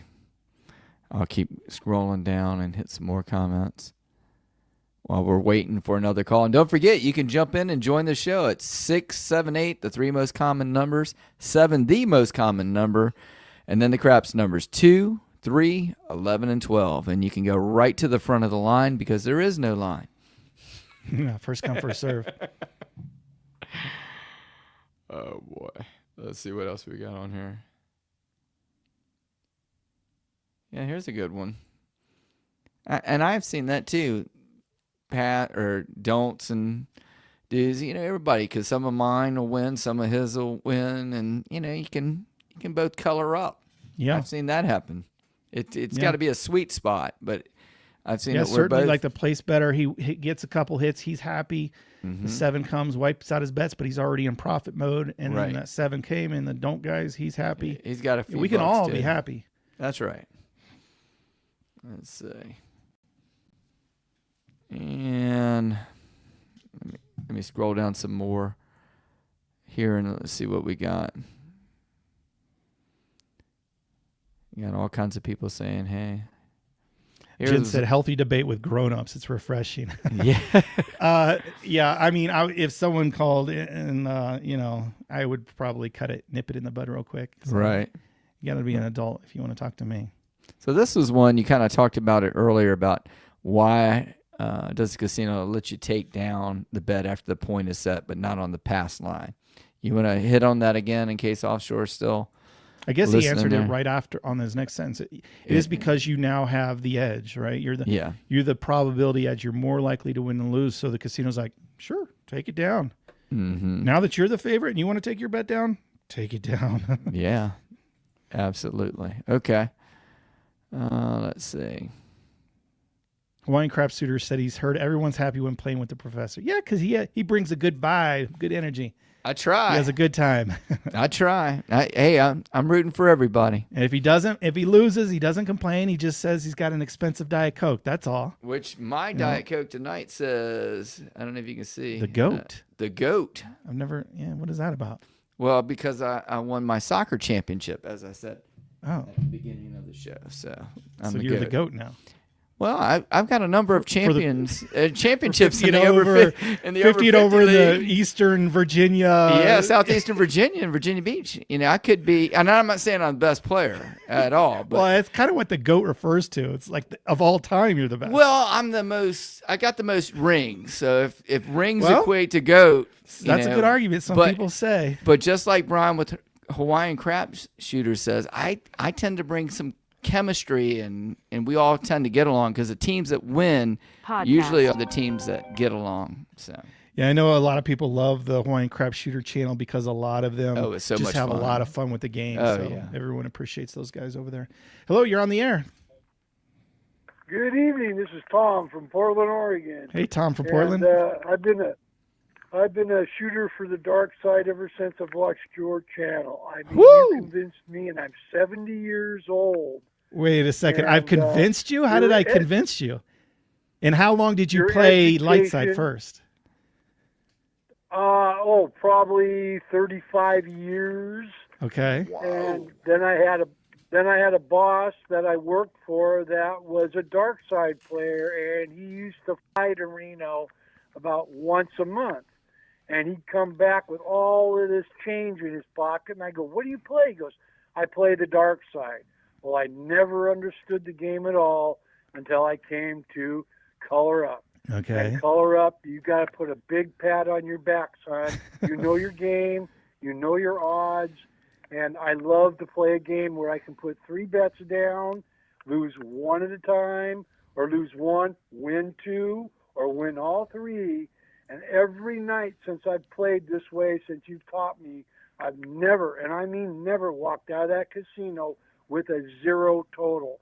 It's always been to the plus side, and I keep an accurate record of my play. And to this date, I'm up $825. There you go. Sure, I've had my bad night, but for the most part, in the last 12 years, it's been very good, and I owe it all to you and your very simple method, and being able to play at tables with people just like you described tonight that are having so much fun with the game. They're patting you on the back when you're taking down the big prize, and they don't care because the guy has rolled 15 or 20 rolls, but he's never touched your numbers the whole time. Yeah, right. And then you win, and they all go, "Oh, my God, you won too?" I go, "Yeah, I just sit back and keep my mouth shut, and the game is fun." Thank you, Jeremy, and thank you for the broadcast.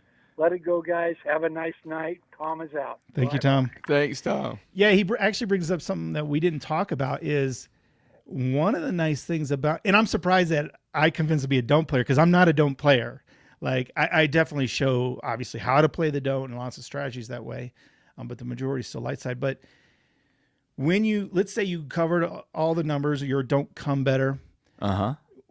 When you lose, you only lose 1 bet at a time. That's true. The 5 rolls, bummer. Boom. Now the 6 rolls, bummer. The 7 rolls, and you win 4 bets, right? Mm-hmm. The light sider, he only wins 1 number at a time, and with the 7, they all lose at once. Yeah. So it's like that 7 hits, they all come down. Whereas, the dark sider, he loses 1 number at a time. And if the 7 rolls, all of his bets win at once. It's just a different dynamic. But yeah, we didn't really bring that up as far as. We mentioned that they win more often. Right. I should have had that better in the outline. So my mistake on that. No, it's just something we didn't think about, but I'm glad he brought that up. But yeah, that is a part of as a don't player. You get to enjoy that. All your bets win at once with that 7. And then this is the table etiquette kind of thing, was when they, put the chips in the right where they're throwing the dice, and even though I don't believe in dice control, if they're on the other end and they're setting, I'll move mine. I have no problem with it. Hello. Hey, you're on the air. Yeah, this is Eric. I have a question. Why do casinos don't have a don't pass on the crapless table? Is that to give them an advantage, to not allow you to play the don't side on a crapless table? I'll hang up and let you guys answer. Thanks. Sure. Absolutely. So a couple things. It was invented. I don't know if he did it, but Bob Stupak brought it to. It wasn't the Strat at the time. It was called. Do you know what it's called, Jim? We talked about it. I'll look it up. It's now the Strat or the Stratosphere. But he brought the game, so he's kind of it could have been a dealer who brought him the idea, but the owner there, Bob Stupak, is kind of credited with invented it. So he goes, okay, 95% of the players just pay the pass line anyway. Why don't we just remove the don't? Then that way they don't have to worry about losing on the come out roll. So they'll just make their pass line bet. They'll add odds, and everyone's happy. They can't lose on the come out anymore. So he made a lot of players happy doing that, but he also made himself happier doing that because it took the pass line from a 1.4% 4-1, technically house edge, to, I don't know the number, it's in the 5s. It's over a 5% house edge now. Vegas World, thank you. Okay. It was over a 5% house edge now on the pass line. So it takes the pass line from a great mathematical bet to 5% in most people's book. That's a no-go. That is a very poor bet at the table. So the problem is now your point could become the 2, 3, 11, and 12. And those are very difficult to hit. Very hard. And the math works out that your house edge now is over 5%. So it greatly benefited the casino. They make a ton more money, but a lot of players basically asked for it, kind of in a way, because they, if you're a pass line player, what can be better if you never have to worry about that come out loss? And so they kind of tricked us a little bit into thinking, hey, here's a game for you. We remove the don't. And it's the house edge skyrockets. It's great for the casino. And no dark. They do it. Can you still lay numbers on those crapless? Very few. I believe the Strat you can. I know a dealer that worked there. He said you can. That's the exception, not the rule. Most casinos, you can't lay numbers. So it's literally a light side game. Now, if you make place bets, it's the exact same game because the house edge is the same. But if you're a pass line player, don't be a pass line player on that table if you're worried about house edge, right? It's fun if you can get a point of 2 and roll the 2 because you get paid really good if you're adding odds. Right. But if you're worried about the math, stick to the traditional game if you're a pass line player. Hey, welcome to Color Up. You're on the air. On the air? Yeah. You're on the air. Who do we have with us? Yeah, I just want to make sure. Yeah, thank you. Okay, this is Robert. I'm calling from Manhattan, the one in Kansas, the Little Apple. Okay? Oh, okay, that's where my son lives. Okay, I just want to make a quick comment about having a long roll where the dice are staying out and it all comes to an end eventually with a 7 out. Yeah. Okay? What I do, when dice are out, I make a come bet, and then I progress my odds only. And if I make 4 or 5 numbers, and when I put my come bet back on the come rectangle, the shooter finally throws a 7 out. Well, I win, the rest of the table loses. That's the biggest difference between come betting and place buy betting, because that more than offsets any advantage to be gained by throwing the number once instead of twice in order to get paid. Yeah, certainly the come bet is a nice little rebate.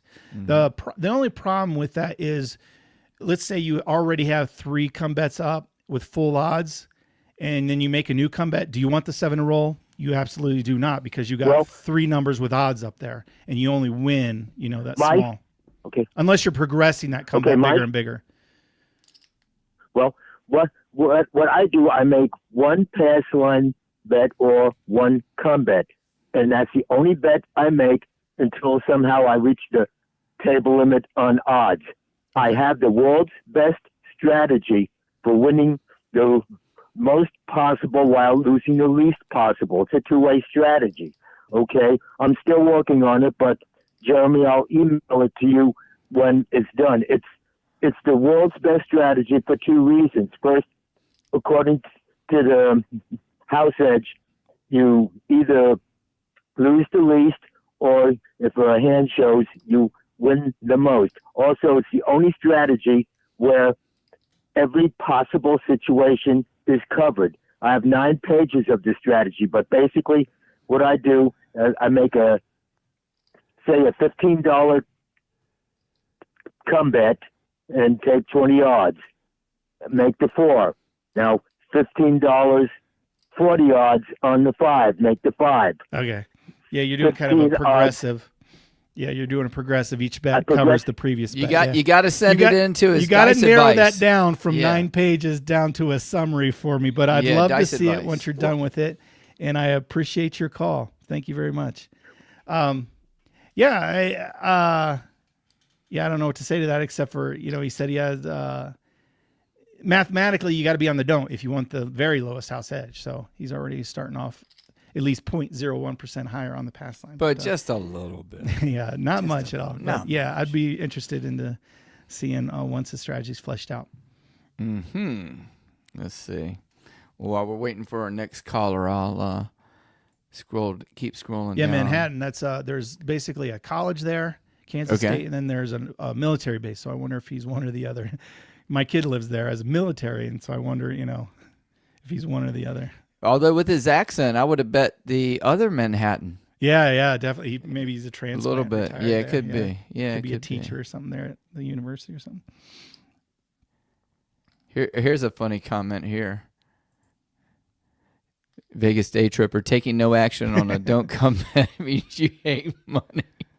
I mean, I love it. It's a guess, right? Yeah. And, mathematically, you're making not a wise decision, but it could work out sometime. And it, people do things because they've seen it work in the past. And then here was another one. Offshore said, hey, he likes to hedge with a hard way on the 6 and 8 if he's not feeling it, when we were talking about that. Yeah, I did a filmed a strategy today. Will come out, I don't know, in a week or so. But essentially it's dark side, but then you do play the 6 and 8, and if you do get the 6 and 8, you hedge it a little bit against that 7. So a lot of people love hard way hedges whenever they're playing the dark side. Mm-hmm. Let's see. How about this one here? It says, the flat bet of any box number is the player's favor. The 7 is always dominant, but there are no guarantees that the player is scared of losing. I mean, once you get them up there on the dark side, it doesn't matter if it's odds or no odds on there, right? I mean, you're going to be the favorite. Yeah, it doesn't matter. 2-1, 3-2, or 6-5 favorite. Yeah. So, I think you need to do that. And you need to leave it. Just let it go. Yeah, let it ride out. Here's one that's here. what the math says, but here's our buddy. The game is about overcoming the math, because if we stuck to the math, we would all realize we're going to grind ourselves to don't play. Yeah, and don't play, right? So it's fun to talk about and decide and argue and this and that, but you have to overcome what the math says. That's the only chance of winning. So okay. Well, here's one here from Great Craps, and he said there's a good scene in Heart 8 about this. I'm gonna have to go hit the YouTube. I've seen that movie a couple times. I've seen like YouTube clips of it, but I've never seen the whole movie straight kind of through. A slow, sad movie, but there's a lot of crap scene in. Is that the one with the old man in the diner, and he's talking to the guy? Yeah, and he said, "Go here's go over here," and he's basically teaching him about floating and stuff. Yeah. Yeah. Okay. Let's see. How about this one here? Saw a guy buying for $5K, newly opened table, walks up, throws money on the don't, and the pass player picked up his chips and walked away. Dealers were mad. They wanted the chips back. Yeah, you can't remove a pass. Yeah. But, I mean, I guess what he's saying is he didn't want to be mixing and matching with the dark side, light side. Mm-hmm. So he didn't want a hybrid table. Let's say Right. that. Yeah. I think I've told the story where I was at the Peppermill somewhat recently, and there's a guy came in. He would wait for the right moment, chunk a big amount on the don't, Okay. and I knocked him off. He ran a couple laps, came back. I don't know if he went to the ATM. Yes. I Chunked remember you down a told me big this one, yeah. a big pile again. Immediately lost. I think he did it 3 times and walked away a loser. It's like it was wild, but yeah, those guys are, like I said, they're usually like chunkers. They like to stick a big stack on the don't, or they're martingale guys. Okay. Let's see. From what I've seen, I mean, there are From what- certainly yeah. some that are just they smartly just grind it out. I think someone mentioned in the comments earlier they're typically grinders because you're not going to get the big win.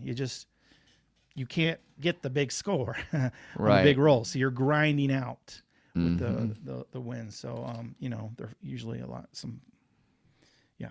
Yeah, here's a good one here. If somebody says anything, if they get mad at you or whatever, just something, hey, we all lose in the end. And that is a true statement. Yeah. Maybe not for that session, but Yeah, not the session. It's hard to argue with a guy who's like, we don't all lose in the win. I'm up $2,000 this weekend. What are you gonna say to that? Like, yeah. oh well, you'll give it up back over the years. True, Yeah. technically, but Or- you or don't want to may- hear it. Or maybe the rest of the week, you Yeah. know. Or, That's true. playing. It could turn quick on you. These dice, these fickle guys or gals. I don't know. Are dice girls or guys? You know how cars are usually gals. Yeah. We call them I don't know. we give them a feminine pronoun. Yeah. I don't know that we do that with dice. I've never heard anyone. Maybe So- that's a topic for our next episode. I'll write it down right now. Are they? I don't know if there's not much to it. Like I'm going to stay like away guys from or girls. I want to stay away from these social issues. Yeah, that could be a social. Because political. what if you got one that's misidentified? You know, and then you can't really do anything. Oh boy! All right, Yeah, all right. let's all right. stay away I from guess it, we better Jerry. move along. Yeah, we're moving along. I wasn't thinking that deeply. I was just Yeah. thinking of it like a car. Let's see. Right. Again, so many YouTube channels, you know, and we've got better empathy for players that go on the dark side, you know, especially when you're the shooter. So, yeah, I tell you though, Bulldog, it's when I'm rolling and I want to win, right? I want to win just like you want to win, and I don't want me win a little bit and then lose a bunch and then just have a little bit. I want to win all the way. Just like when I'm playing soccer, I hate ties. No. I want to win. So again. Yeah, I'm not telling you to root for the dark side guy who. Yeah. I'm just saying, root for your but his bet doesn't affect yours. Yes, you want to win every time and walk away with $1,000, but just don't get mad at him if he does happen to win. I see what you're saying there. Yeah. Hey, let me ask you this, Jeremy. Do you know of any dice influencers who are dark side players or dice controllers? Not personally. I've heard the conversation that it only makes sense because it's already the most common number. To then lean into that, right? So why are we trying not to roll a 7? And they say, well, let's try to roll. If we can control the dice, it's already the most likely. Let's lean into it and also try to roll the 7. Right. So I've heard that in forums and different things. I don't know of any YouTubers that do it that way. And again, the problem is the limitation. You're typically a grinder. Whereas if you can control the dice and have a long roll, you can win big money. So I think that's why they tend to go the light size for the bigger score. Okay. Welcome to the Color Up Podcast. You're on the air. Howdy. Is this a safe space for dark side players? It is at mine and Jim's table. Are you kidding? Look at this shirt. We would definitely Yeah, welcome you and have fun with you at our table. I can't speak for everyone else's, or if you go, to the mid strip in Vegas. What's on your mind tonight? Exactly. I get so much hatred at the table when I play the dark side. What kind of dark side strategy do Kind you of going play? back. 3 dollies. Okay. Three dollies, and then when the 7 comes, all the chips come to me, and everyone else is reaching for more chips. Yeah, especially when you have 3 bets out there and they all come back and get paid. So what's kind of the worst hate you've got? Yeah, like what kind of shade are they throwing your way?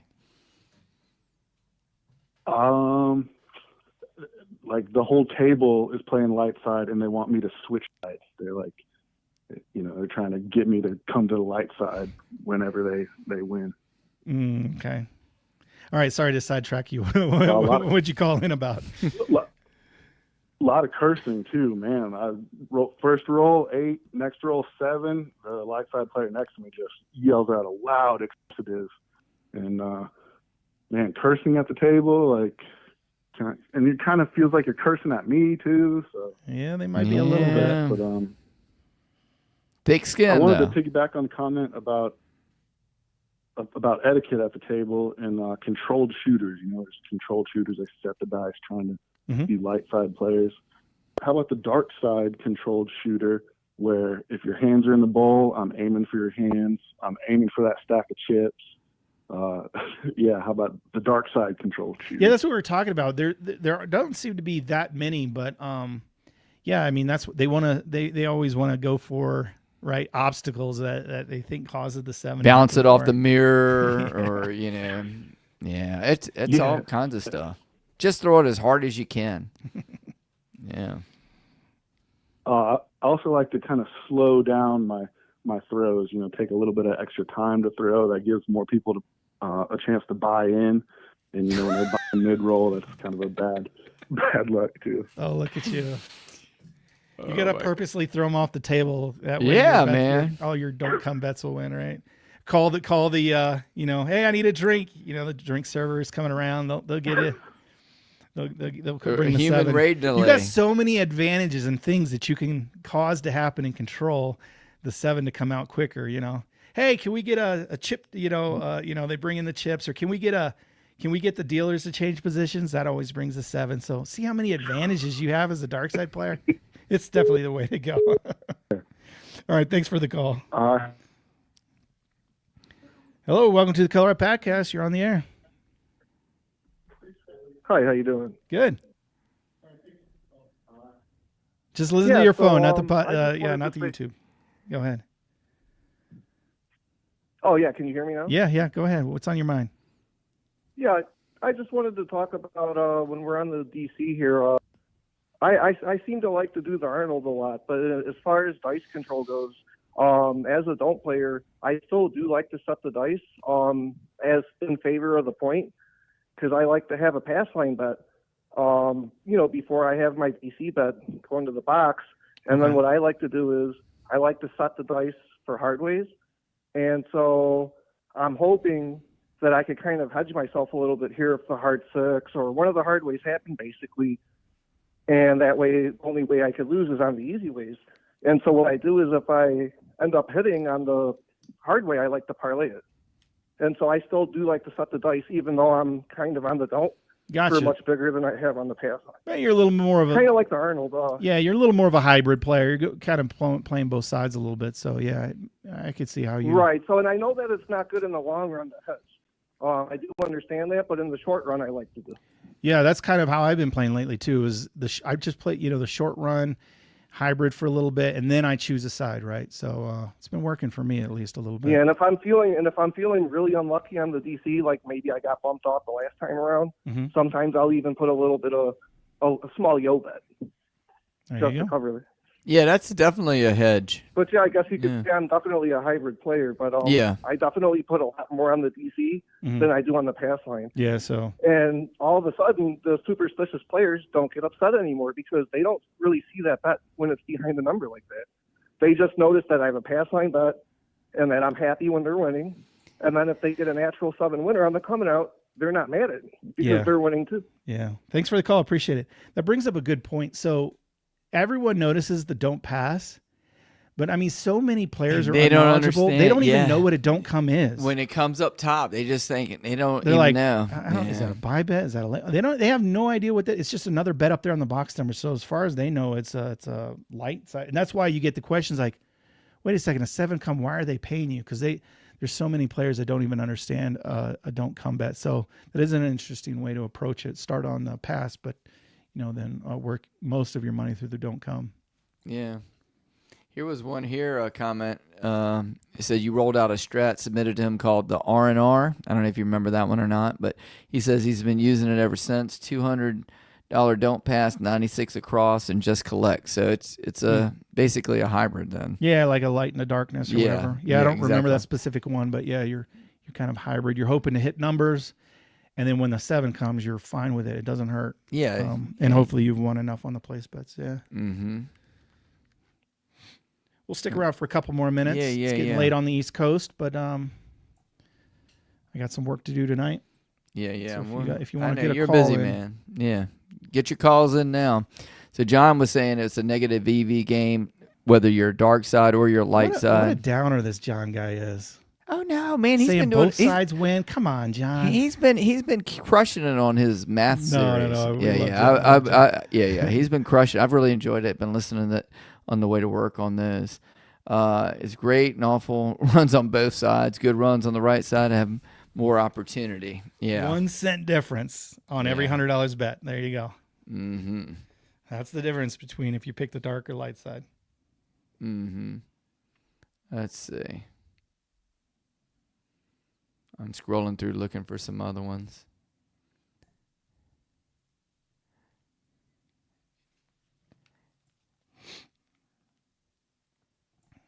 Here's one here. It said, playing the roll to win table at Palace Station today, and I was the only one winning. Everybody kept 0.7 out while my DC from the Arnold strategy kept getting paid. So that's awesome. Sometimes it works, sometimes it don't. Sometimes it does. But that's great when anybody's getting paid. And we had a lot of comments tonight. I'm still scrolling through. There's a whole, we haven't talked on this one. Mitch said, send all those dark side players over to the bubble crap so they can spit out 7s like crazy. I don't know about the spit out 7s, but that is, if you're worried, that is one way you can get away from, the bad etiquette at the table where people are being mean or yelling at you for playing the dark. I mean, the bubble craps, you play however you like. No one typically knows what you're doing over there at your own little terminal. Yeah. And here was one, Brock 308. Yeah, I'm for the other team. That was definitely Schoolhouse Rock stuff. So I got the reference on that. So the Gen, whatever I am, Gen X, I guess is what I am. We had all those and interjections. Yeah, it's like we're living Schoolhouse Rock at the craps table. Interjections, verb, that's what's happening. You got all kinds of good stuff coming to mind. Skip through it. Get some good comment. Yeah, I know. I'm scrolling as fast as I can. You're doing good. Yeah, let's see. Let's see here. Yeah, here we go. Well, this is one. They were going back and forth on this one. You're talking about dark side player afraid of the 7 on the come out. Simple solution is don't bet the DP. Lay the point after it's established. So that could be a way of, avoiding or go through the don't come, right? Yeah. But still though, you face the 1 and 6 on the 1 and 6 no matter what. It's come out. Yeah. But the shooter itself has to be a 0.7 out for the don't come guy to lose. Mm-hmm.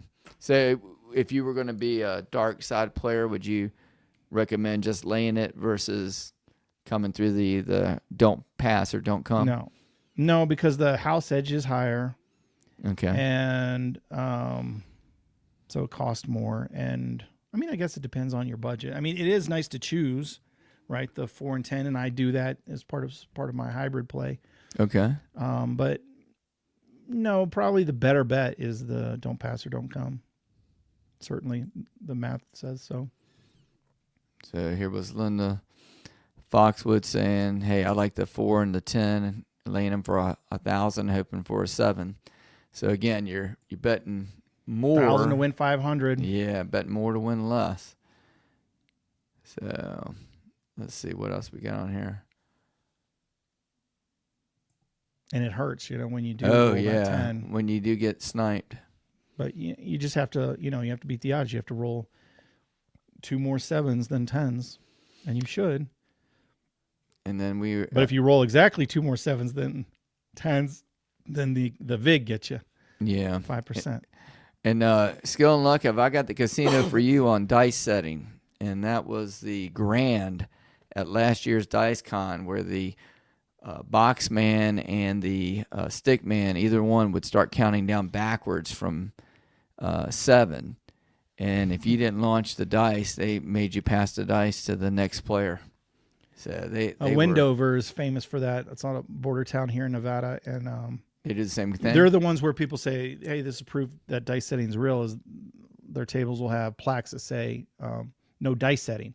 And I've seen people dice set. They just don't want you to take the time to do it. So if you could dice set super quick, they'll let it go. But they have the placard there. That way, if you're taking too long, they go, "Nuh-uh, against our rules, you can't dice set here." So. And here's one of my favorite ones here is wearing the color up hat. And that's bringing good color vibes. and the color up club stuff. So I always wear that. And hopefully someone says, "Hey." Usually somebody recognizes you. That's good. And then now you got someone to play with, right? Yeah, exactly. What happens whenever he has a color up shirt on and he's a dark sider, Jim? What do you do then? I embrace him like a lost brother. Okay. Yeah. Yeah. Let's see what else is going on here. All right. We haven't. I know you're running. I'm going to disconnect. Disconnect. The phone line. So we're going to end the phone line. All right. Finish up with a couple comments and wrap this guy up. So I missed this one from Justice Jen earlier. If Jim was given a one-time $1,000 free play craps bet, would he be just as likely to place bet on any fresh-faced college kid or on someone who looks like a seasoned player? I would bet it on anybody. I would bet the next person. But yeah, there is, like I said, a little stitious sometimes because I've seen so many times where the new person has the beginner's luck. Yeah. But because that's how the dice gods get them, right? That's they right. Win the first time, and then they're bringing them back. Hooked them forever. They're bringing them back, Jen. So. That's the way it happens. That's the way it happens in my world. And then hitting the chips, the 7 always rolls. And I get mad at myself when I hit the chip and then roll a 7 because I know if I would have just avoided the chip, it would have been any other number but the number that caused me to roll a 7. So, but yeah, I think it was a pretty good, lively group, and we still have 82 viewing. So thank you for the engagement, everybody, on that. And I hope people are enjoying the live call-ins. I think it's pretty cool. Yeah. We just got to think of some more controversial, engaging stuff. I think there's controversy no matter what. You could probably pick the normalist, simple. Or the dice cubes, are the perfect cubes. No, they're not. You actually took a meter to them. Blah, blah, a micrometer, they're actually 0.000 off. Right. There's tolerances. They're not perfectly square. So. All right. Well, let me take that off there because we don't need anyone calling in because I disconnected the phone. The phone. Yeah, I appreciate everyone listening and calling. And so far, the phone call thing's working out. Yeah. And I guess we'll call it until next week. Jim, do we have we don't have a topic for next week. We're not great at this. No, we haven't planning-wise. Yeah. But hopefully we're entertaining. Maybe we should get the people to suggest a topic sometime. Yeah, power. Yeah, as long as the comments are open. Yeah, we'll leave it. Hurry up and shoot us the topic. Yes, something that we haven't covered before you close it out. Yeah, and anything coming up this week? Now we're just shooting breeze, but no, I've got probably have some sports games to announce, some soccer this week, so I'll be doing that at the high school. At the high school, yeah. Okay. So I'll be doing that at my high school. But yeah, other than that, just another normal week. Then a week after that, I guess 2 weeks, we've got spring break. So I got to mention, I got to get the Green Club member gifts out. I've got. Whoop, whoop. I'm going to really look forward to that one. I've got. I'm going to help my daughter move into her house, her first house. Oh wow! And my oldest daughter, and then I just did that with my son. Okay, and then my youngest daughter. Mm-hmm. I'm going to see one of her final sand beach volleyball games. Boom! Yeah, that'd be cool. And then I got a doctor's appointment. I got a busy week. It's the first of the month, so I got club stuff and all kinds of stuff happens around the first of the month. Well, that's good, Jeremy. Well, thanks again for taking the time out to engage your community. We've done Is Dice Control Real topic. We did that a couple weeks ago, I think. Well, did we do it a couple weeks ago? No, we did it a couple months ago. Well, it's been a bit now. Yeah, it's probably a couple months. Yeah, it was definitely a big show. And we had the professor, the real professor, come on and speak. We interviewed him. How much your opening bet be on a session? Okay, I like that. You're at the bottom of the list. Let me scroll way down. I'm looking for those suggestions for shows.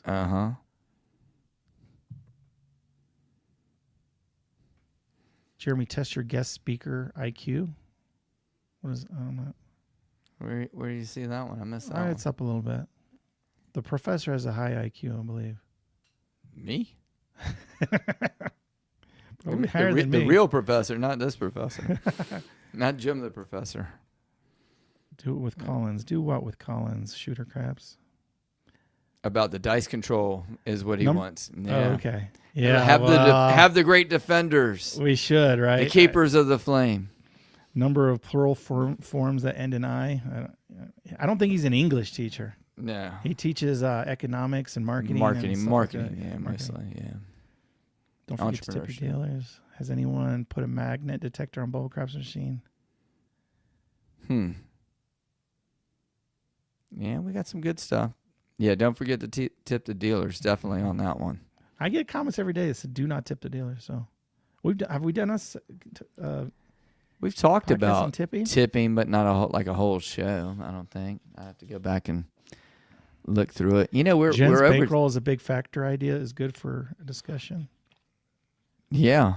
Yeah, we kind of covered that. You know, it definitely bankroll is a big determiner of how you play. How often? Yeah. How often, what kind, what type of player you are, what type of bet you like. Mm-hmm. Oh, I guess this dusted one is trying to be negative guy. I don't know. Okay. I don't know. He's trying to be mean, I guess. I don't know. I guess it overshot my head. We're not smart enough for him. I don't know what to tell you. Chuds. And I have to do some Googling. Sounds derogatory. See, we're not even smart enough to understand your insult, if that's what it was. As he thought. Yeah, okay. Whatever. Okay. Yeah, we got a genius in the house. Okay. Okay. Well, that was fun, Jim. Yeah. And the shoe's still working. You better turn that off before. I have to. I'm gonna have to recharge it. So those are my casino shoes when I want to. Can you plug them in and recharge it, or is it just like a battery thing? No. Let's plug them in. Okay. Recharge them. Yeah, they're pretty obnoxious, Thanks, and they have Thanks, they have 16 different settings. Jeremy, I'm going to be wearing these on a cruise. Different modes. Okay. Yeah, they can change them. So right now they're stuck in one. Those are pretty wild. Yeah. It's a All big right. internet. Well, until next week, we will talk to you guys later. All right. Bye, everybody.